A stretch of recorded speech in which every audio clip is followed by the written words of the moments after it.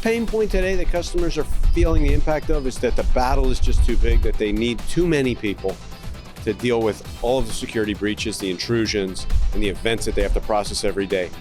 They need hundreds of thousands of security operations specialists to deal with all of the different threats, and they just can't hire enough people. Today in the US, there's more than 300,000 unfilled security operations jobs.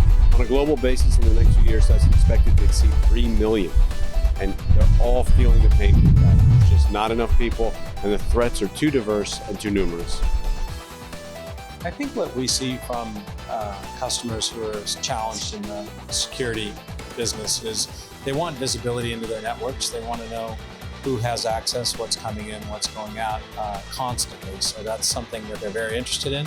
Obviously, they're interested in protecting themselves from attacks and also reducing the amount of time that they have to spend analyzing events that occur in their network. So it is difficult to hire these days in security and keep teams motivated and on staff. So they want to work on interesting things that they can address in a short period of time.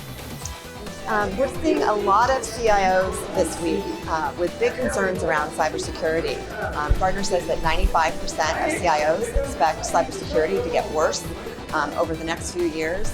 And at Lastline, we approach cybersecurity threats in a very differentiated way. We see those threats that are coming into your network as well as operating within your network. One of the things that many security professionals aren't aware of, as particularly on the networking side, is that many threats sit in your network for 200 days. That's the average dwell time. And so we at Lastline, we are able to identify the most sophisticated threats, whether they're coming into your network or moving laterally within your network. A big theme this week has been around automation and the need to leverage tools like Lastline to really automate their processes in terms of identifying those most toxic threats that are coming in most of the time through email.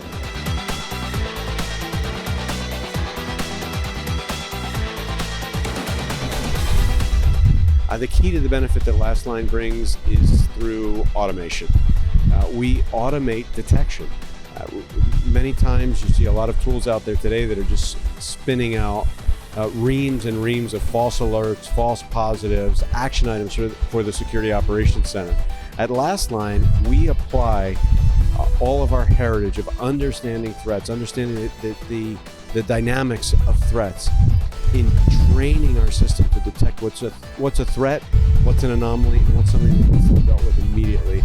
It's an automated triage, as it were.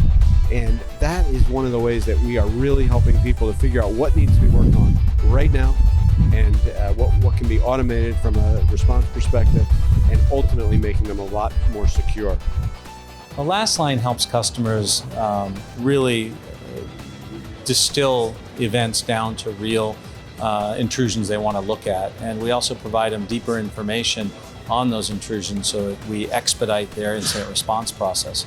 So we're helping customers determine what to work on and giving them a head start on working on those projects.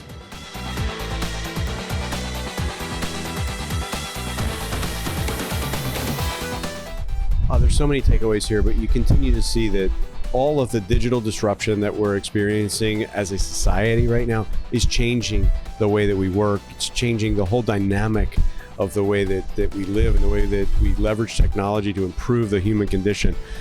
The biggest drain on that is the scourge of cyber threats. Today, I think I mentioned in an earlier presentation that it's almost 1.5% of global GDP right now is being invested to try to thwart these attackers.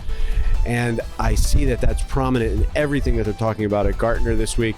And it's also prominent in everything that we're trying to bring, all the goodness that we're trying to bring to the network, to detection, to helping people be more efficient at dealing with threats.